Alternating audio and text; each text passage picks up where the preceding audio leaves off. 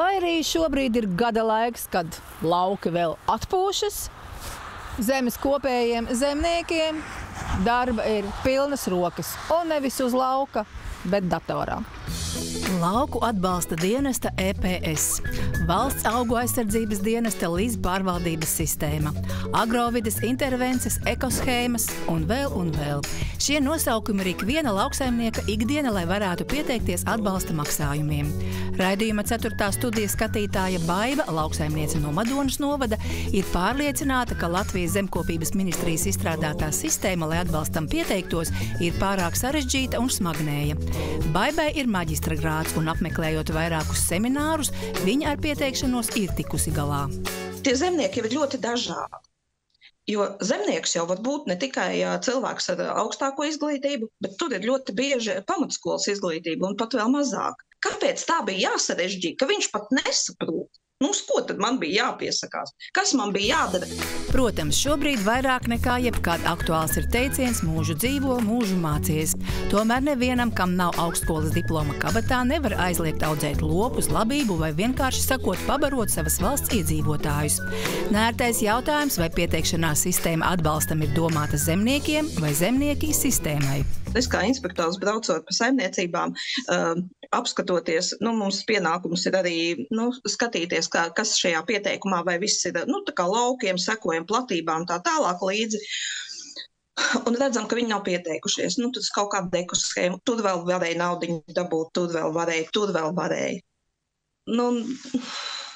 Kāpēc to visu vajadzēja tik ļoti padarīt tik smagu, tik grūtu? To pieteikšanās procesu. Jo lauku vēstures rakstīt arī papīra formātā, vai katrs varēja savā sistēmā, vai datorā, vai ir vēl citas konsultāciju birojām piederošas sistēmas, kurās šo te jau varēja darīt. Citējot Baibu, zemnieks kļūst par papīru kārtotāju, kuram uz lauka vai pie lopiem strādāt neatliek laika. Tagad ir vēl tāds brīnums kā līdz pārvaldības sistēma. Šī sistēma mums tika solīta, ka būs jau vasarā. Vasarā viņas vēl joprojām nebija.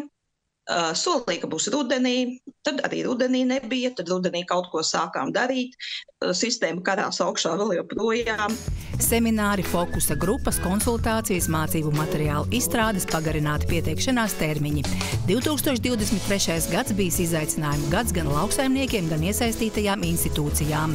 Eiropas komisija ir izvirzījusi konkrētus specifiskos mērķus, kas saņemot atbalstu dalību valstīm ir jāsasniedz. Ieviešot tos atbalsta pasākums dalību valstīm, ir jānodrošina ieguldījums šo Eiropas komisijas izvirzīto konkrēto specifisko mērķu sasniegšanā. Līdz ar to šajā periodā ir būtiski mainīta pieeja atbalsta sniegšanā.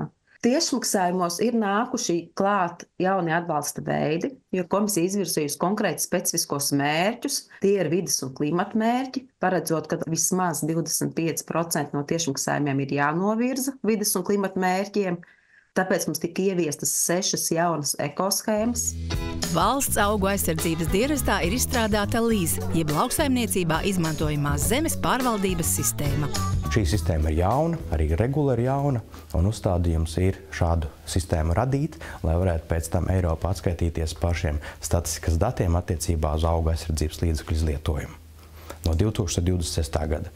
Un tad būs ne tikai lauksaimnieki, bet arī pašvaldības, mežu īpašnieki, autoceļu īpašnieki, kuriem būs jāizmanto informācija, kura jāievada tālāk būs šajā līdzpārvaldības sistēmā. Dienestā sniedz bezmaksas konsultācijas, kā pareizi aizpildīt jauno sistēmu. Vienam, protams, tas izdodas ērtāk, ātrāk, citam varbūt ir šī palīdzība nepieciešama vairāk, bet tie, kas vienreiz jau šo ceļu ir izgājuši, es domāju, ka viņi arī nākušā reizē šo ceļu spējas iziet, mācēs šo sistēmu aizpildīt. Lauksaimniekam uzdevums ir atvērt noliktavu, pievienot resursus, kā pirmais resurss būtu sēkla. Pievienošu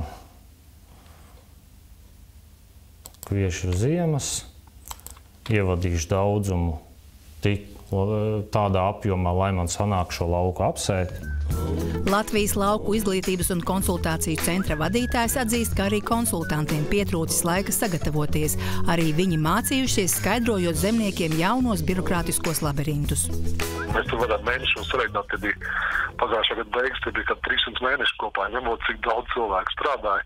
Mēģināt izskaidrot zemniekiem, kas kā būtu jādara pirmais, kāpēc dati jāvāc, un šī atbilde bija tāda, kur mums brīžiem nebija pašiem skaidrs, lai mēs izskaidrot zemniekiem, kas ar tiem datiem tiks darīts, ja, un ko viņi man dos nākotnē. Nebija varbūt arī no ierēdniecības puses tā līdz galam aprēķināts, ko tas prasīs zemniekiem laika ziņā. Un ja tur kāds runāja, ka šī sistēma ļaus samazināt birokrātiju, tad diemžēl iznāca tieši pretēji. Kad pērnā gada novembrī zemnieki bija sabraukuši Slampē, lai tiktos ar jauno zemkopības ministru, izskanēja domas, ka citās Eiropas Savienības dalību valstīs lauksaimniekiem ir daudz vieglāk tikt galā ar sava darba birokrātisko pusi, nekā tas ir pie mums Latvijā.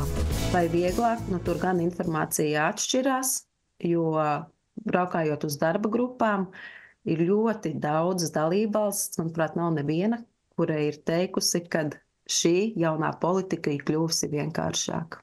Un kad lauksaimnieki ir apmierināti ar ieviestajām izmaiņām un atbalsta pasākumiem.